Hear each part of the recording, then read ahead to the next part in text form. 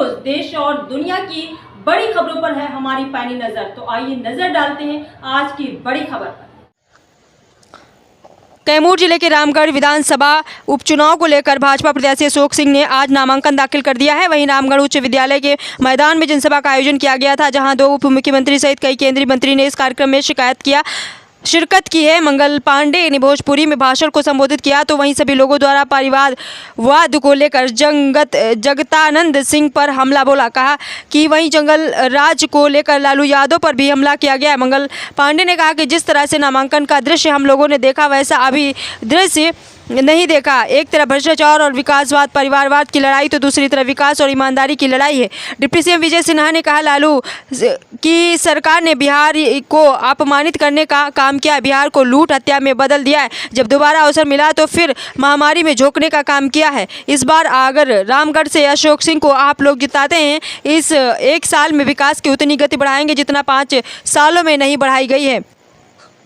बता दें, उप मुख्यमंत्री सम्राट चौधरी ने कहा कि 1 साल के आने वाले विधानसभा चुनाव में हमारी सरकार नहीं बदलने वाली है, नीतीश कुमार के नेतृत्व में ही चलेगा। गलतफहमी में मत पड़िए। इस देश में मोदी जी आ रहे थे तो लोग गलतफहमी में पद पर लोकसभा चुनाव में हम लोगों को हरा दिए, फिर भी आपने देखा कि मोदी जी देश के प्रधानमंत्री बने। इसलिए आग्रह करने आए हैं कि गलतफहमी में नहीं पड़िए। शोले फिल्म में भी रामगढ़ था, जहां गब्बर सबको डराता था, लेकिन कहीं यहाँ का गब्बर तो आपको नहीं डरा रहा है। डरने की ज़रूरत नहीं है। जो डर गया सो मर गया। जो डरेगा नहीं वही विकास करेगा। 2000 पहले का देश और 2000 बाद का देश, दोनों में कितना अंतर है, आप इसका अनुमान लगा सकते हैं। विदेशों में भारत की क्या स्थिति थी और आज क्या है। 15 साल बिहार में लालू ने राज किया और 1 लाख लोगों को भी नौकरी नहीं दी, लेकिन हम लोगों ने 7.5 लाख लोगों को नौकरी अब तक दे चुके हैं। अगर रामगढ़ से अशोक सिंह जीते हैं तो 10 लाख की जगह 12 लाख नौकरी इस साल देंगे और 2025 में हम लोग वोट मांगने आएंगे। आइए देखते हैं पूरी रिपोर्ट कैमूर से देवव्रत तिवारी के साथ।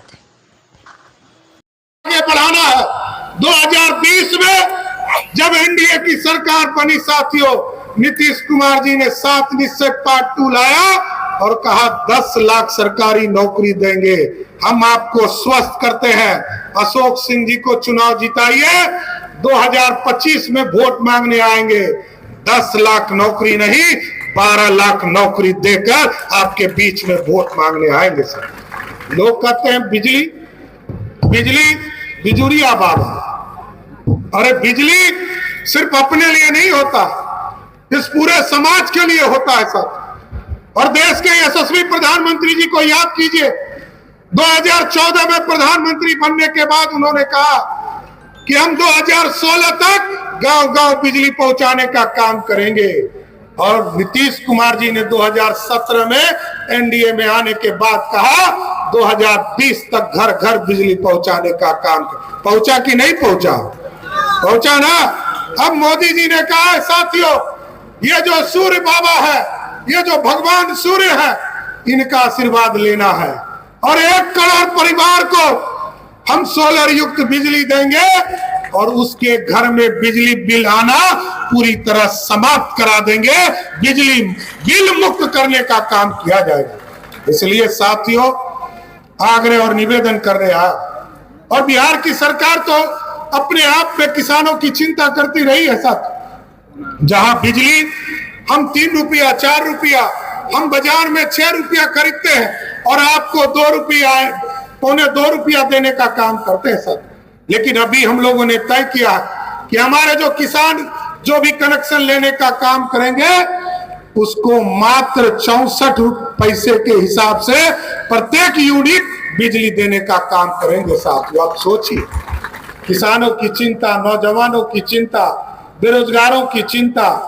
और अभी मंगल जी बता रहे थे, अभी बिहार में आपको जानकर खुशी होगी साथियों, हमको भी कुछ दिन तक स्वास्थ्य मंत्री के तौर पर काम करने का मौका मिला। मंगल जी ने बहुत काम पहले से शुरू कर दिया था साथियों। आयुष्मान भारत कार्ड, जब कोई हॉस्पिटल में जाता है तो लोगों को लगता है कि हमारी माँ बहन को जेवर बेचना पड़ेगा, आपको अपने अकाउंट से पैसा देना पड़ेगा।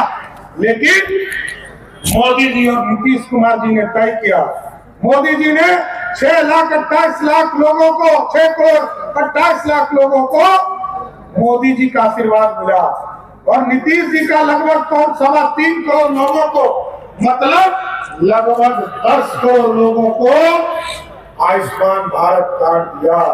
जिनको अनाज मिल रहा है, अनाज कितने लोगों को मिल रहा है, कभी हाथ उठाइएगा तो। जितने लोगों को अनाज मिल रहा है, मोदी जी की गारंटी है 5 लाख तक का किसी भी हॉस्पिटल में भर्ती होइएगा, उसका बिल मोदी और नीतीश कुमार पेमेंट करेंगे, आपको पेमेंट करने की जरूरत नहीं है।